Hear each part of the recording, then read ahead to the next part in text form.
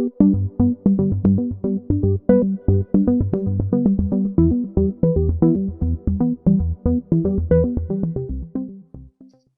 and welcome back to GroupM Services Advantage Series. My name is Toni Ruotanen and I am the APAC e-commerce GroupM.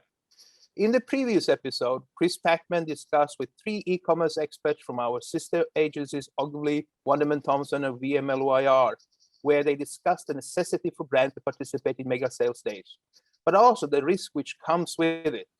Should the brand not be prepared to meet the expectation of the customers? The theme we discussed extensively was about brand awareness, loyalty, and recognition in a world where information is not readily available from the marketplace platforms, where competition is fierce, and if you're not represented on the platform, you will not be able to capture sales. We discussed the balance between sales overnight and brand over time to ensure that you remain competitive in a busy marketplace. Many of the examples mentioned by the speakers during the session refer to China. And that's not a surprise, considering how China has always been ahead of the curve when it comes to e-commerce evolution and sales growth. In many ways, China is leading the recovery from the pandemic as well, with the economy forecasted to grow 8% in 2021. And if we look at the online retail sales in Q1 alone, it achieved a 33.9% year-on-year growth. This is no doubt driven by the increasingly digitally savvy population and a shift to online shopping due to the pandemic. Today, roughly 70% of the Chinese population is online. And out of this, 80% are people who have shopped online before, mostly via e-com platforms such as Taobao, Tmall, or JD.com. With this insight, for platforms to drive incremental sales, the focus has now started to shift from customer acquisition to predominantly focus on retention, and as well as increasing your average order value and the frequency of purchase. This has given rise to new marketing tactics, such as live streaming, either on the platforms or a separate app, which not only helps to drive traffic to the platform, but also capitalize on the in-the-moment shopping experiences. So complementing the platform's existence today. The evolution of the industry goes hand in hand with the evolution of Chinese consumers, who increasingly prefer to shop with brands they prefer, but also on platforms they trust. In short, brands in China cannot afford not to have presence on the e-commerce platform, which not only provide great exposure for brands, but also legitimacy.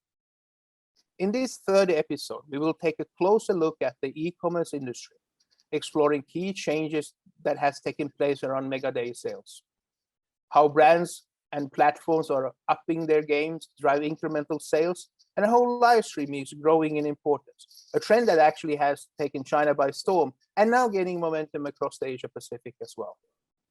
With new platforms and technology joining the e-commerce fray in China, will this impact the existing platforms negatively, or does the market still have room to grow? Similarly, are brands shifting focus to these emerging sales channels and reducing focus on the big e-commerce platforms?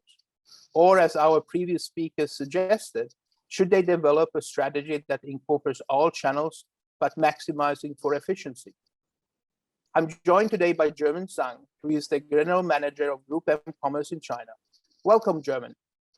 I know you are very busy preparing for the China's 618 mega sales days, so really appreciate you taking time today to participate in this event. Before we start, would you be able to share a bit about yourself and give some insight on what you do in China? Hello, everyone. Good to join this meeting. I'm Jerman from GroupM's China e-commerce team, which have more than 250 people and serving 50 clients right now. Yeah, right now, yes, we are in the 618 campaign period. We're almost running for this campaign for more than 1 month. Thank you, Jerman. Let us jump into the first question. If we look at the Southeast Asia, usually known to mimic and replicate a lot of things from China. We've seen the expansion and emergence of double days, which means 3-3, 4-4, 5-5. They're a bit of artificially created, mimicking what started off like in China with the single days, 11-11. We know that the in China that there's two big events. You're living one right now, actually, 6/18, and then the Singles Days, which is the 11/11 that is coming up. From an outsider perspective, we don't hear a lot about this kind of monthly campaigns. Has China adopted the stance with less is more? Are brands tuned to more of always on versus these flash sales, campaign days? Or is it something different, looking at cultural aspects and combining different strategies in China? Could you share a bit more? Yes, of course. I think the answer is both yes and no, because yes, China have two mega e-commerce big promotions, 6/18 and Double 11, just you mentioned.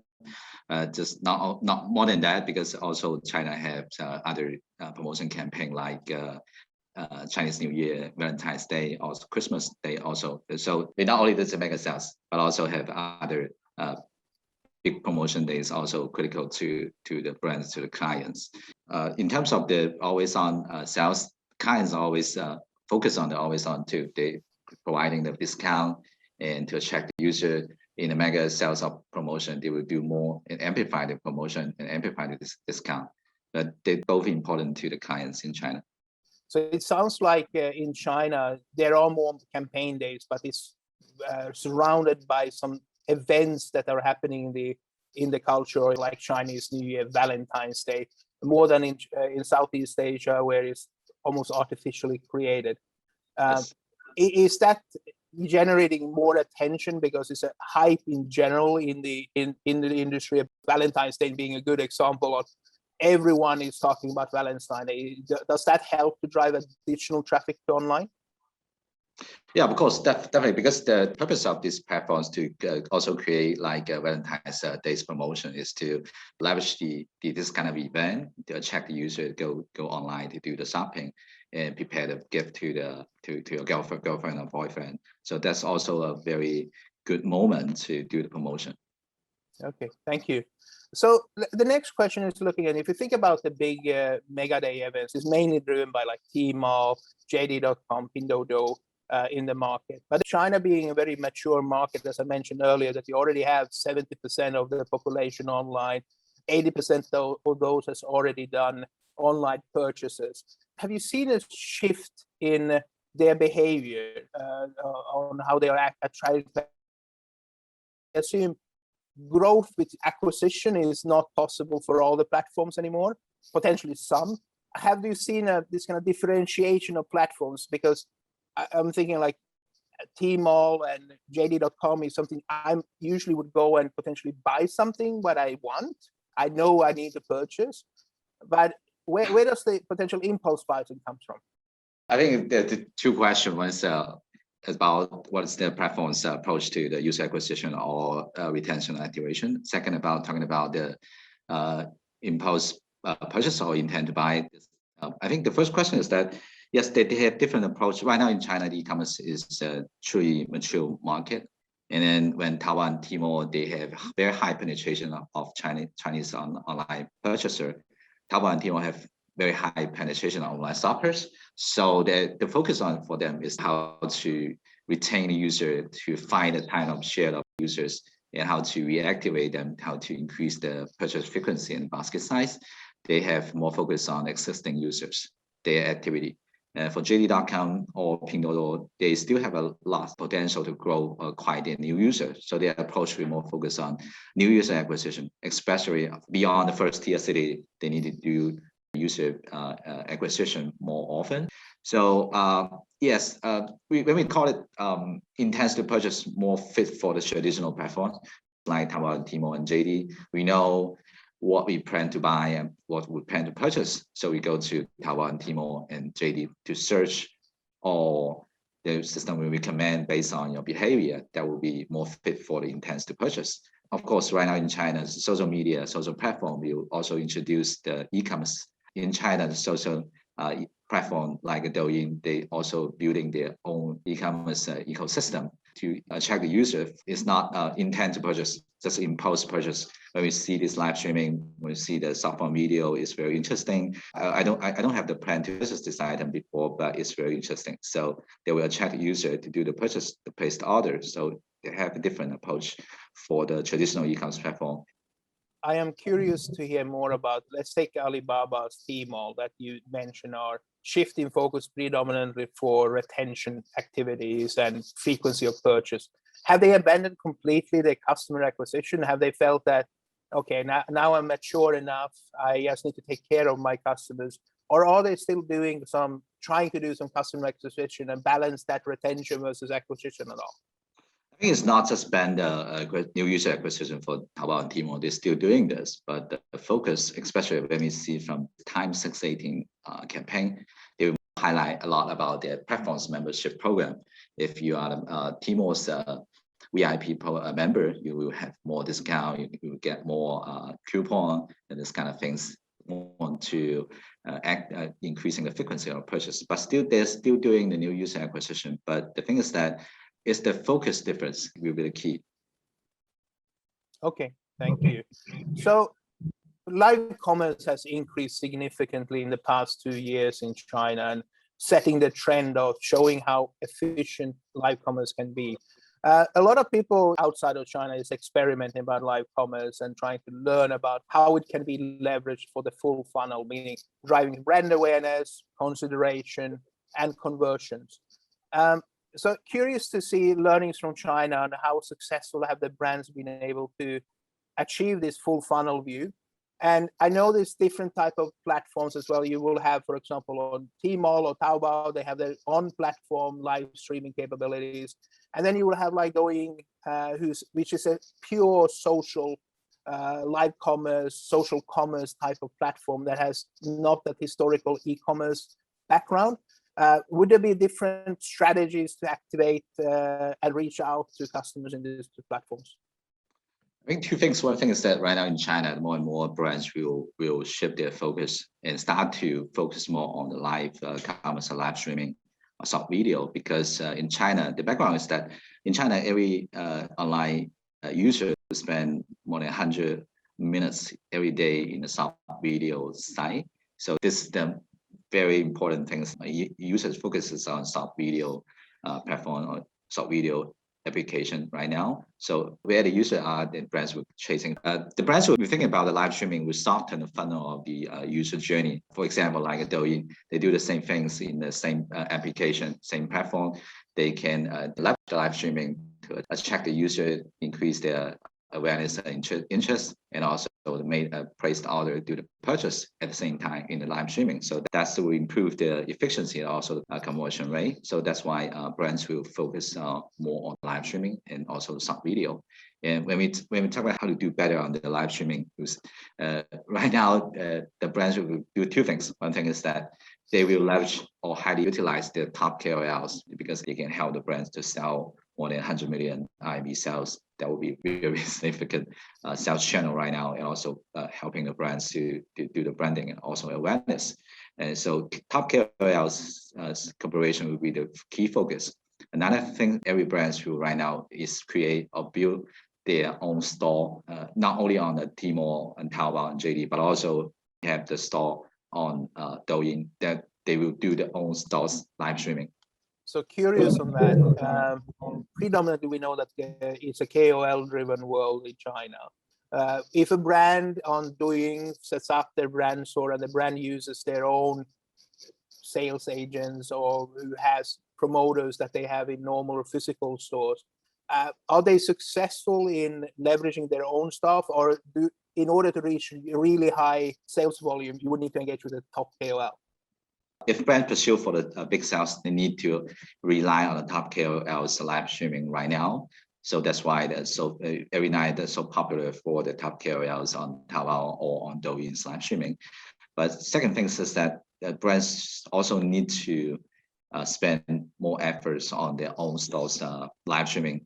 For example, if you are a clothing brand, you have also offline retail store, then you need to engage your offline retail store sales representative to do the live streaming, because it will be more attractive, also attractive for the user too.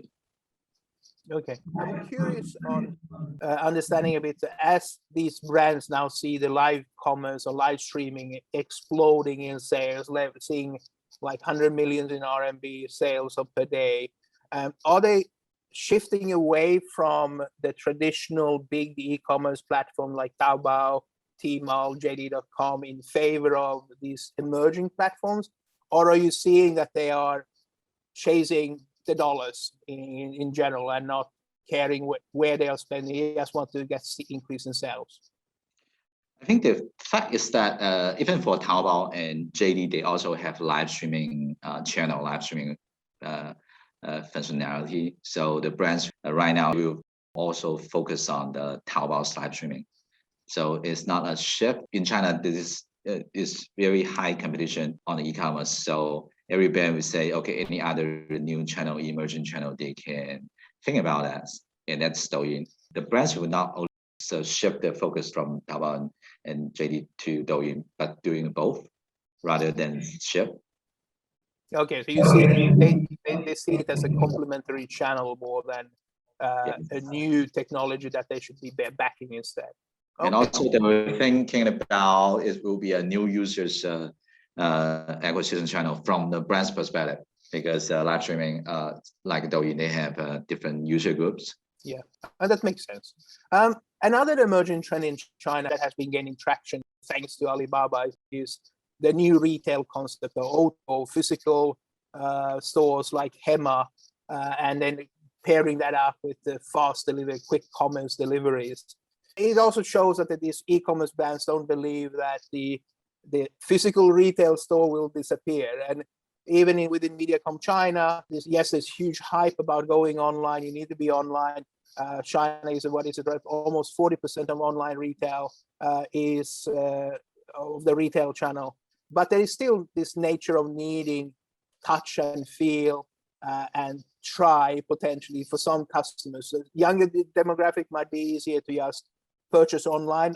But I think for a lot of more, let's say this kind of middle age and upwards, most likely that if it's a higher ticket item that you want to actually see it. So what is your views on the coexistence with click and mortar and online? And you mentioned like Douyin that having a brand store and do live commerce potentially from your physical store is important.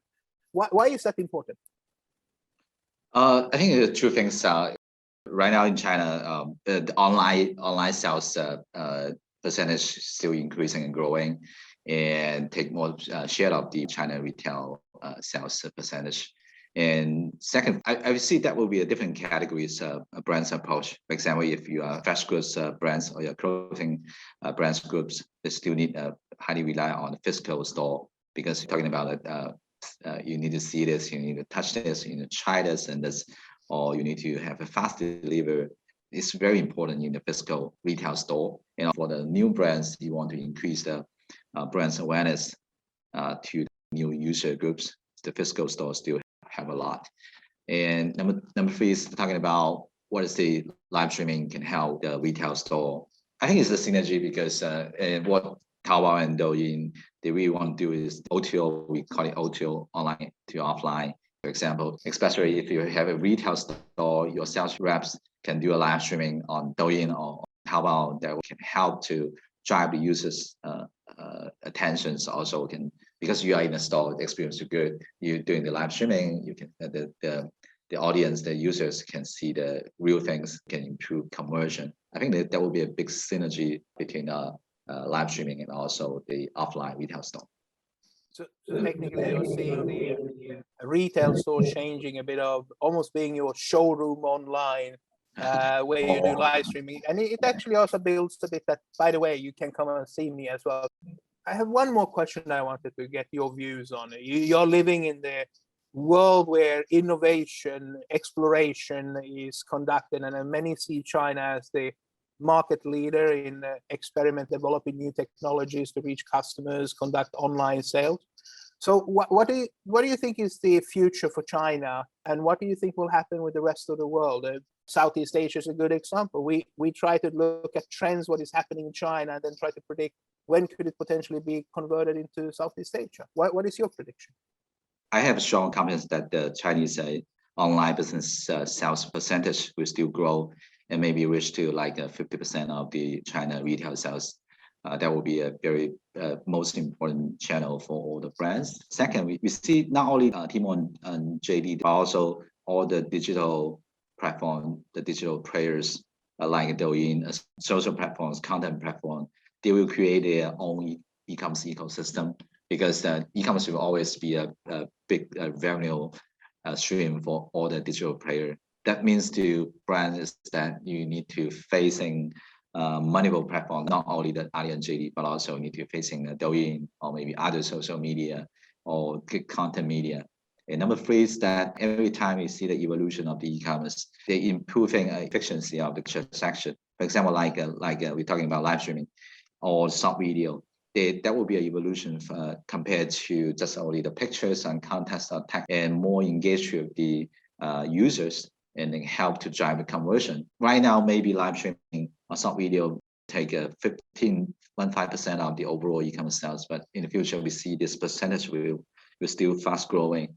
And especially the social media, they are just launching their e-commerce and attract a lot of clients or users' attention on this. There's three things I think will be in China's e-commerce. For the rest of the world, the key is how to improve the e-commerce transaction efficiency. So right now in China, we see the short-form video and also live streaming improve the efficiency a lot. And we also think that will transfer the rest of the world for the next generation of e-commerce. But it depends on the infrastructure of like internet speed, internet penetration, mobile penetration, also mobile payments penetration. Thank you for sharing. It's going to be exciting to see in the next 1 to 2 years on what kind of evolution and what will happen with social commerce, live commerce. So thank you for sharing your insights and sharing about China with us. Join us next week to hear more about our clients' e-commerce journey and how they've been growing online. We look forward to having you join us in episode 4. Thank you.